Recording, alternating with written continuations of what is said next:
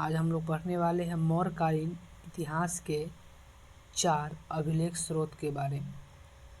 जानते हैं कि अभिलेख के स्रोत कौन कौन से थे।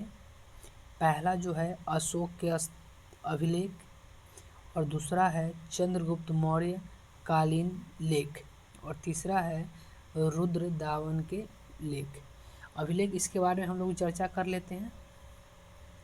जैसे कि यहाँ पर हम लोगों ने पढ़ा था पीछे में कि अशोक के अभिलेख हम लोग पढ़ चुके हैं कि यह 3 भागों में बटा था। एक पहला का नाम था शिलालेख, दूसरा का नाम था गुहा अभिलेख, और तीसरा का नाम था स्तंभ लेख। तीनों के बारे में हम लोग चर्चा कर चुके हैं।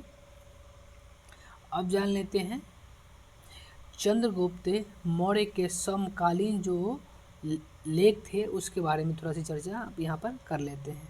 पहला है सोहगौरा ताम्रलेख। यह चंद्रगुप्त मौर्यकालीन था। सोहगौरा ताम्रलेख यह यूपी गोरखपुर में वर्तमान में स्थित है। अगला है महास्थाना लेख। महास्थाना लेख वर्तमान में बांग्लादेश के बोगरा जगह नामक जगह पर स्थित है। उम्मीद है क्लियर हो गया होगा। नेक्स्ट है, देखिए अब हम लोग जान लेते हैं ये वाला जो भाग हम लोग कहे थे, ये जो हम लोग पढ़े थे, ये क्या पढ़े हुए थे। इसका नाम था, हम लोग क्या पढ़े थे देख लीजिए एक बार फिर से बता देते हैं।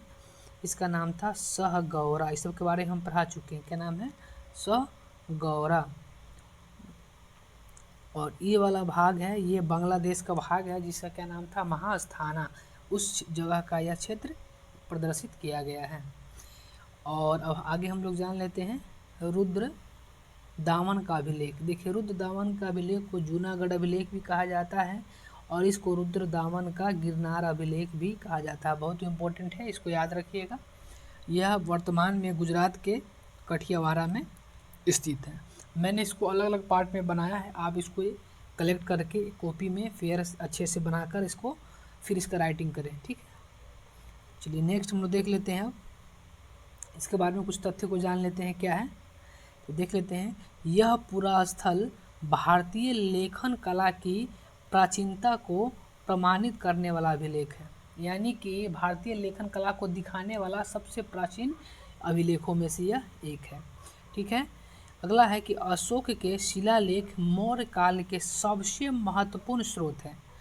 वे उसके साम्राज्य, धार्मिक नीति, प्रशासन, चरित्र के विस्तार के बारे में ज्ञान प्रदान करने का महत्वपूर्ण